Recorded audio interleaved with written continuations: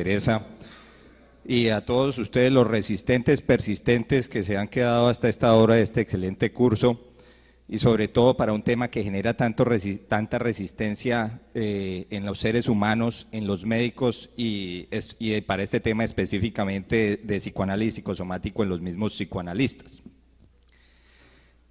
Yo pronto completaré 20 años de estar en el mundo de la gastroenterología, 15 años de estar en el mundo del psicoanálisis. Desde hace 9 años trabajo como psicoanalista, la consulta que yo hago es de psicoanalista y por las mañanas hago procedimientos como cualquiera de ustedes.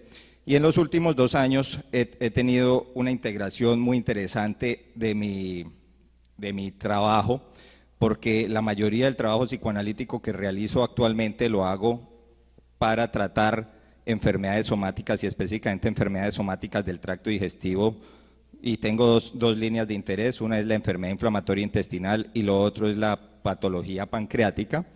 La enfermedad inflamatoria intestinal, porque como lo han visto ustedes en estos 2 días, es una enfermedad compleja, crónica, difícil, para lo cual, a pesar de los avances de la inmunología, de los tratamientos quirúrgicos, todavía no hay una resolución por este lado de la ciencia. Y las enfermedades pancreáticas, porque en mi práctica diaria, pues como endosonografista, como colangiografista, es también mi órgano de interés principal dentro de mi práctica como endoscopista, pero además porque, a diferencia de las enfermedades del colon, que hace 50 años conocemos las fantasías inconscientes de cada una de estas enfermedades, en las patologías del páncreas se ha trabajado mucho menos. Y es por esto que hemos montado una institución de psicoanalistas que está actualmente dedicada a apoyar, a tratar las enfermedades graves de estos dos órganos. Podemos atender también cualquier otra patología digestiva, las patologías esofágicas, gástricas, las fantasías inconscientes se descubrieron también hace muchos años,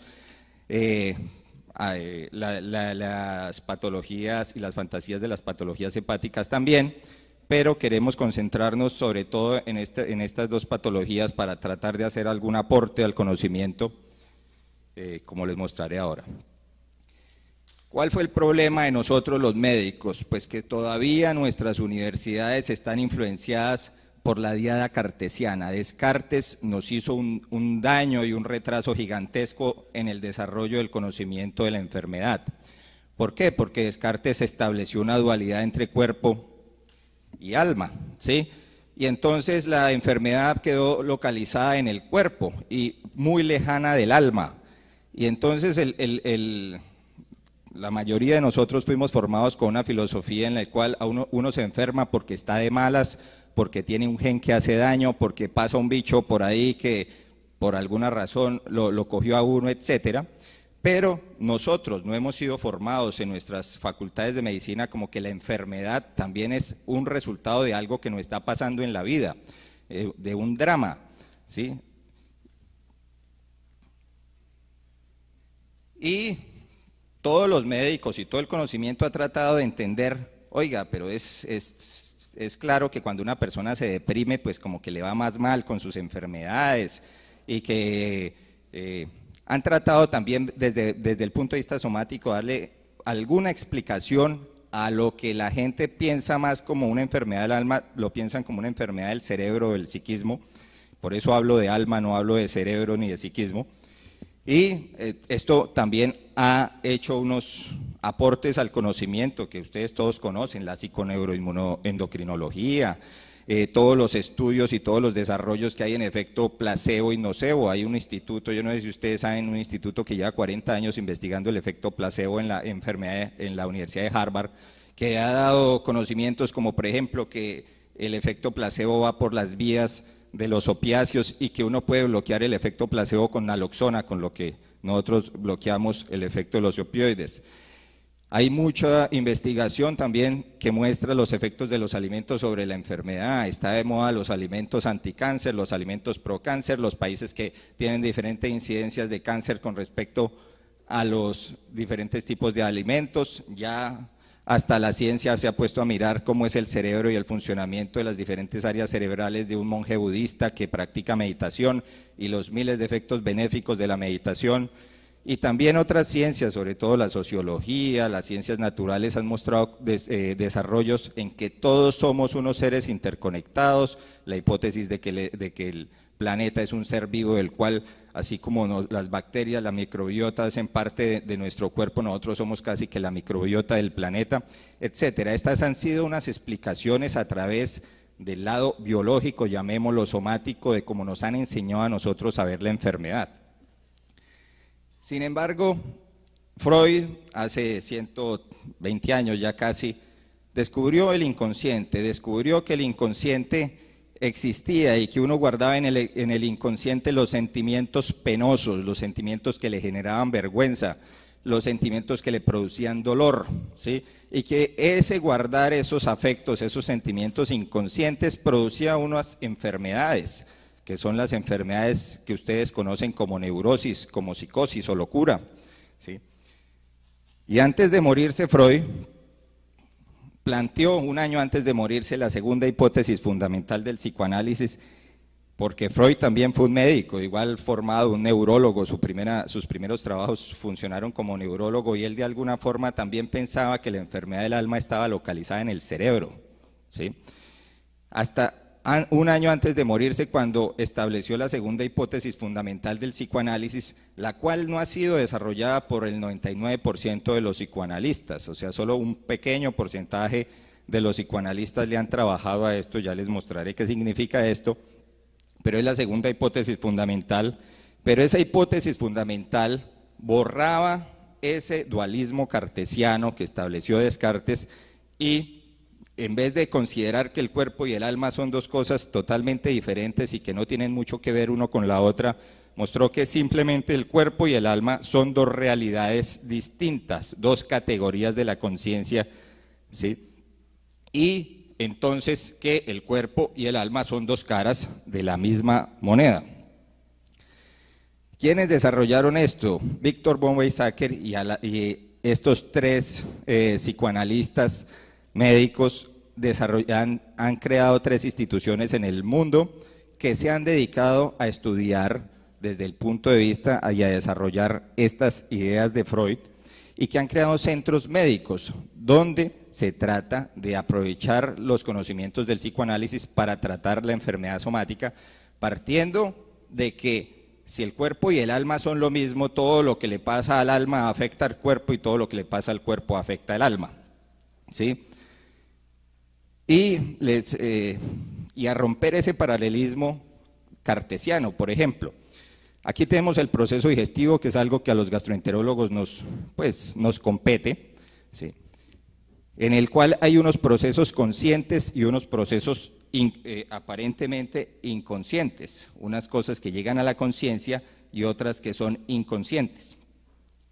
Cuando un bebé nace, el proceso de chuparle el seno a la mamá, que engloba una cantidad de cuestiones psicológicas, pero también una cantidad de cuestiones fisiológicas, como la sensación de tocarle la piel, los componentes emocionales de mirarla, de sentir el amor de ella, la sensación de la leche que le pasa por la garganta y por la boca, etcétera, se acompaña de otros procesos que son inconscientes, como la secreción de ácido gástrico que se produce en respuesta a esa ingesta de leche, la preparación y la desocuparse la vesícula para que hayan unas sales biliares que ayuden a la digestión de esa leche, etcétera.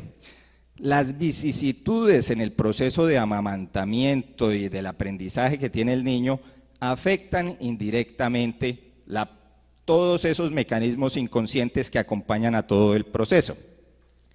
Por decirles algo, si falla en el proceso de cómo el niño era alimentado por la mamá, porque la mamá, por decir algo, lo odiaba o lo maltrataba o se sentía sufriendo, no quería tener ese hijo, eso va no solo a que él quede con unas sensaciones y que su programa de alimentación quede alterado, sino que también el patrón de secreción de ácido gástrica, de movimientos digestivos, etcétera, quede alterado, que fue como se entendió las fantasías de la enfermedad acidopéptica hace más de 60 años.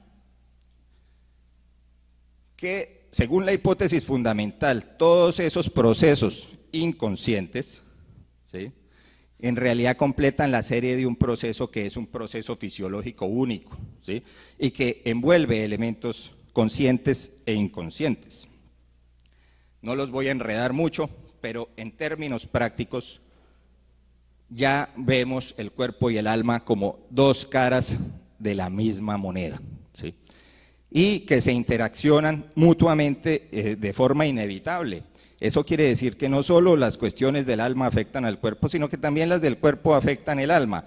Por decirles algo, todo medicamento tiene un efecto en el alma, ¿sí?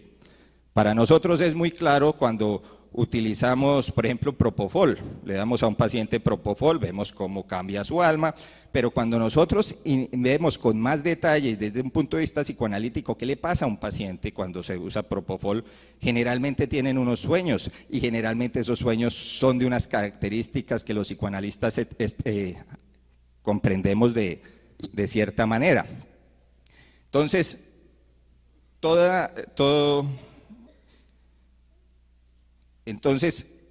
medicamento ejerce efecto en el alma, ¿sí? Y hacia el futuro, cuando se mire la función de cómo actúa el infliximab o el adalimumab o lo que sea, también se va a ver qué alteraciones tiene eso en lo que nosotros llamemos alma. Todas las funciones del cuerpo, ¿sí?, generan unas fantasías específicas. Uno tiene la boca para morder, para chupar, para besar. Cada una de esas, ¿y por qué se permite que la boca pueda hacer todas esas fantasías? Porque su anatomía permite chupar, besar, morder, etcétera. Entonces, de acuerdo a los conocimientos anatómicos y moleculares, incluso hasta a nivel molecular, nosotros podemos entender las fantasías inconscientes de cada uno de los órganos. Ustedes en su formación como médicos sin duda escucharon hablar de Freud y de la etapa oral, la etapa anal, la etapa genital infantil, etcétera. Los psicoanalistas que desarrollaron todo este trabajo psicosomático se dieron cuenta que uno también tiene fantasías hepáticas, etapa de fijación hepática, fantasías biliares, etapa de fijación biliar, y así para no solo cada órgano, sino cada sistema o cada forma de enfermarse el cuerpo. Entonces, la boca no es solo un elemento para comer, tiene muchas cosas, y uno con la boca, cuando ustedes besan con el cuerpo o besan con el alma, o sea, eso es inseparable, ¿sí? Al considerar las dos caras de la moneda de la enfermedad, lo que nosotros viendo una sola cara de la enfermedad consideramos las causas, viéndola desde las dos caras de la enfermedad se considera que es simplemente una condición necesaria. Les pongo un ejemplo. Todos nosotros sabemos que se requiere el Helicobacter pylori para producir una úlcera duodenal y que si usted erradica el Helicobacter pylori, normalmente la úlcera duodenal se va a curar. Viendo la otra cara de la moneda, se ve que los pacientes con úlcera duodenal tienen unas características de secreción de ácido gástrica sumadas a unas características de una mamá, de unas características psicoanalíticas completamente definidas, que también son una causa necesaria. O sea, si usted tiene Helicobacter pylori, así sea el de la variedad más agresiva genéticamente, etcétera, pero no tuvo esa mamá de esas características psicoanalíticas, usted no le puede dar úlcera duodenal. Y si usted quiere curar la úlcera duodenal, pues puede hacerlo quitando cualquiera de las condiciones necesarias, pero ninguna es la causa fundamental. Usted puede, solucionándole y haciéndole consciente el conflicto con su mamá o las características de su mamá y cómo eso le indujo un remordimiento especial sobre lo que no voy a profundizar, curarle la úlcera duodenal, o puede curarle la úlcera duodenal dándole el tratamiento para el Helicobacter pylori.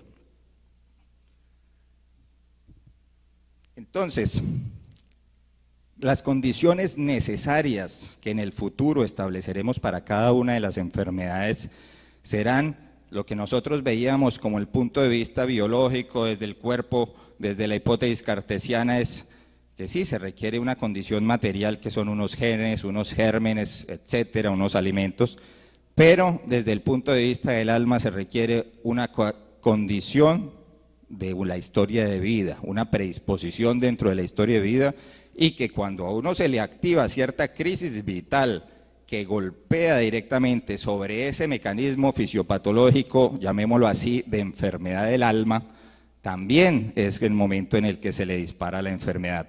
Pero no solo eso, también ya vemos que nosotros nos enfermamos no solo por tener un problema en el cuerpo y en el alma, sino por hacer parte de una comunidad local, ¿sí? Una crisis política local, como vemos por ejemplo en Venezuela, altera completamente la presentación de enfermedades, el patrón de gravedad de las enfermedades y la agresividad de las enfermedades, pero además somos parte de un ecosistema mucho más amplio. Entonces, ¿qué es la medicina psicosomática? ¿Qué es lo que nosotros hacemos con esto? Pues simplemente consideramos que toda enfermedad, desde la más simple, la gripa más leve, hasta la más grave, un cáncer de páncreas, ¿sí?, son el resultado de la suma de unas condiciones necesarias en el cuerpo y en el alma, en la historia vital, y que todas son susceptibles también de ser tratadas desde el alma, desde la intervención psicoanalítica. Entonces es una orientación que pretende incluir los aportes desde el psicoanálisis en cada acto médico, y no como nosotros, que nos han enseñado que hay unas enfermedades que son psicosomáticas, otras que parece que no. Para nosotros, los que trabajamos en esto, todas las enfermedades son psicosomáticas, ¿sí? Si es que psicosomática es que se requieren condiciones en las dos caras de la moneda.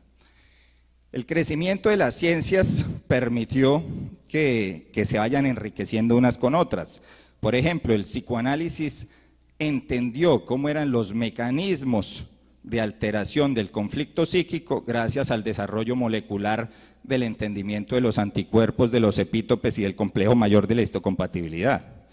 Y lo mismo, ahora la medicina convencional, llamémoslo así, se va a enriquecer de entender la fantasía inconsciente de cada enfermedad.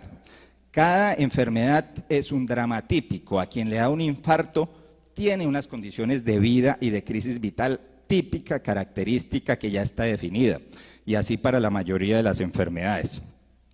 Entonces, el desarrollo, las ciencias se interconectan y se ayudan. Recordemos aquí que uno se enferma por no manejar el sufrimiento en la mente, por no tenerlo consciente, por olvidarse y reprimir sentimientos y afectos que o son tristes y no lo queremos hacer el duelo adecuado sino olvidarnos de eso, o son penosos o vergonzosos y no los queremos tampoco tener en la conciencia donde les podemos hacer una condenación consciente. Entonces, uno tiene varias posibilidades para reprimir esos afectos. Uno es alterar la percepción de la enfermedad, como las neurosis. Uno tiene un enredo con la mamá, una fijación a la mamá, la vuelve inconsciente, pero entonces después todas las mujeres quedan teñidas de elementos de la mamá, ¿sí? Ustedes tienen algún conocimiento del psicoanálisis alrededor de eso. El segundo es cambiar la realidad totalmente. Una mamá se le muere un bebé, ¿sí? Y es tan dolorosa la sensación que se vuelve loca, entonces coge un palo y cree que es el bebé y entonces ya no se siente triste, pero a punto de totalmente alterar su percepción de la realidad, se vuelve loca. Pero hay otra forma de deformación de ese afecto, que es el que produce la enfermedad que ustedes llaman somática, ¿sí? Que es que haya una deformación patosomática del afecto. ¿Qué es una deformación patosomática de afecto? Es convertir un afecto, el miedo, el dolor, la rabia, la tristeza, en una enfermedad. ¿Y cómo pasa eso? ¿Cómo se transforman los afectos en afecciones? Les voy a poner un ejemplo sencillo con el miedo, ¿sí?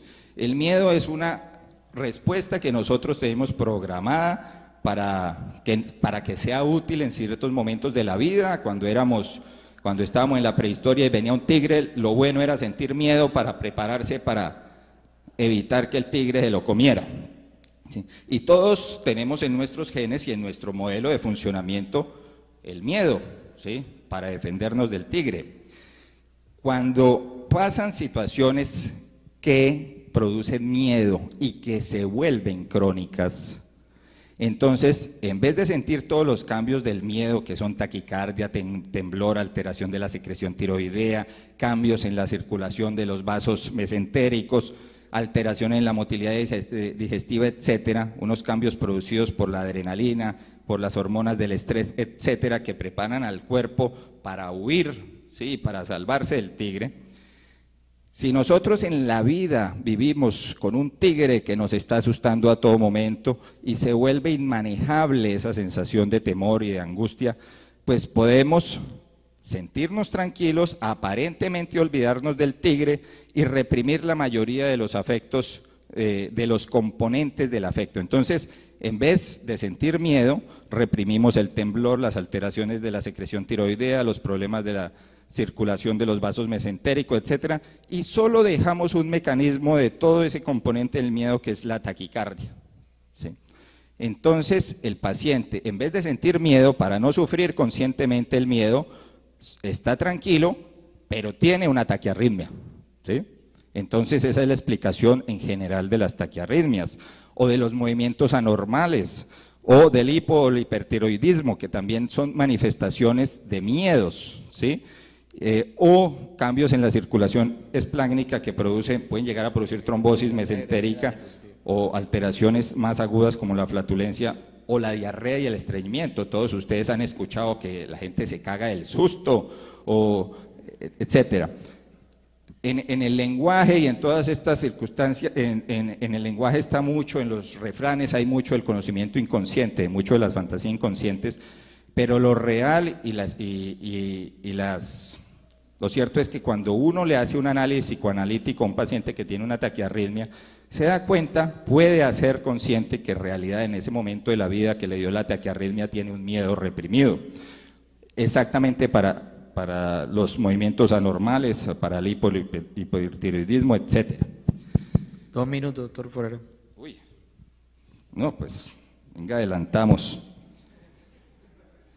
¿Qué cosas aportó también el análisis de la medicina psicosomática psicoanalítica? Que aparte de la etapa oral, anal, fetal, hay 2 etapas muy importantes, que es la etapa fetal, ¿sí?, donde hay la fijación del narcisismo. Es muy importante para nosotros porque es el momento donde hay prevalencia del hígado, ¿sí?, como órgano, y todas las enfermedades hepáticas se originan de alteraciones en ese punto de fijación, y que hay un punto de fijación embrionaria que produce el cáncer, ¿sí? Bueno, entonces, así como hay fantasías orales, anales, etcétera, cada órgano tiene una fantasía, y hay fantasía inmunitaria, como la que tienen las enfermedades inflamatorias intestinales, hay fantasías renales, etcétera. Hay cosas más hundidas profundamente en el inconsciente, como el cáncer, y cosas más cercanas a la conciencia, más fácil de hacer consciente, como en enfermedades como la obesidad o la enfermedad inflamatoria intestinal.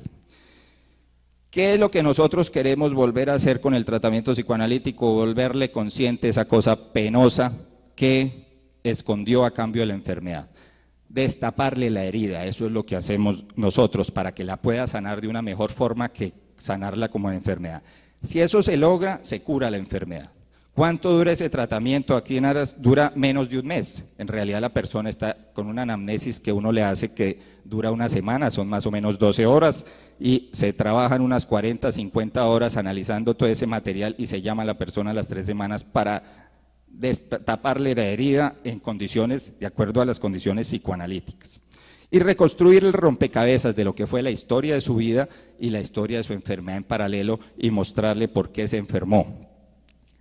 En enfermedad inflamatoria intestinal, lástima, un libro de cronicolitis que de pronto ustedes conocen, donde el autor transcribe un caso de una mujer que le daba crisis de colitis cada vez que se reunía con la suegra, hasta que la suegra se murió y se curó de la colitis. Si tienen el libro, léanlo, porque ¿qué vimos nosotros con esto? ¿Sí o no? El curso de la enfermedad tiene empeoramientos típicos. Al hacerles una reconstrucción de la historia de su enfermedad, se ve que en cada empeoramiento, en cada crisis, hay una exacerbación del drama vital. Y un drama vital específico que tiene que ver con las 2 condiciones inconscientes que ya les voy a mostrar de la enfermedad inflamatoria, que son las que la desencadenan, ¿sí? ¿Cuáles son?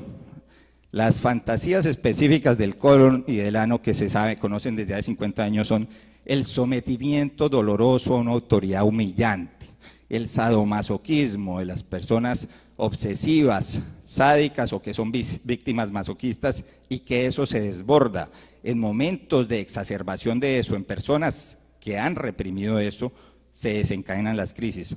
O cuando hay una alteración inmunológica. Toda enfermedad tiene un órgano y un mecanismo. El mecanismo de la enfermedad inflamatoria es la enfermedad inmunológica, autoinmune, y el órgano es el colon y el ano. Estas personas todas tienen dos condiciones que se las hemos encontrado a todos los pacientes que hemos tratado. Una, que tienen una fijación están sometidas a un sometimiento doloroso, humillante, a un sadomasoquismo que han reprimido. Y dos, tienen una alteración en su linaje, tienen una enfermedad de su linaje. ¿Qué es un linaje normal? Un linaje normal es que los abuelos de uno sean casados, por el lado paterno se amen, por el lado materno se amen, sean casados, tengan sus hijos, que son nuestros padres, que están casados y se amen, y que nosotros seamos el producto del resultado del amor y nos sintamos orgullosos de nuestro linaje. Las personas que no tienen esa historia, que eso es doloroso en su vida y que lo reprimen, están predispuestas a todo tipo de enfermedades autoinmunes. Y si además de eso están sometidas crónicamente a autoridades humillantes, pueden hacer una enfermedad autoinmune del colon o del intestino. Bueno, en resumen, les quería mostrar, hace 2 años estamos trabajando, traje aquí 9 pacientes a los que le hicimos el estudio, y este estudio patobiográfico que hacemos los psicoanalistas. Traje solo los 9 pacientes que ya completaron más de 6 meses de seguimiento después de nuestro tratamiento. Son pacientes que tenían enfermedad desde leve hasta enfermedad grave, que les había fallado todos los medicamentos biológicos y que estaban activos al momento de que nos los enviaron a nosotros. Algunos llevan hasta 23 años de evolución de la enfermedad y en todos encontramos exactamente las dos condiciones. Y en todos encontramos que en cada exacerbación, cada vez que hicieron una alergia al infliximab, cada vez que hicieron una fístula tomando infliximab, les estaba pasando algo claro y específico en su vida, ¿sí? Y a todos les hicimos este tratamiento y absolutamente todos, hasta ahora, 6 meses después, se podrían considerar en remisión, porque algunos llevan 20 años, habían fracasado en todos tratamientos biológicos, incluso habían fracasado en tratamientos quirúrgicos, y después de hacerles el tratamiento psicoanalítico y en condiciones adecuadas, hacerles la intervención que nosotros llamamos la resignificación, todos se mejoraron, ¿sí? Tenemos 7 pacientes más que llevan menos periodo, tuvimos 2 pacientes que iniciaron, no completaron la anamnesis.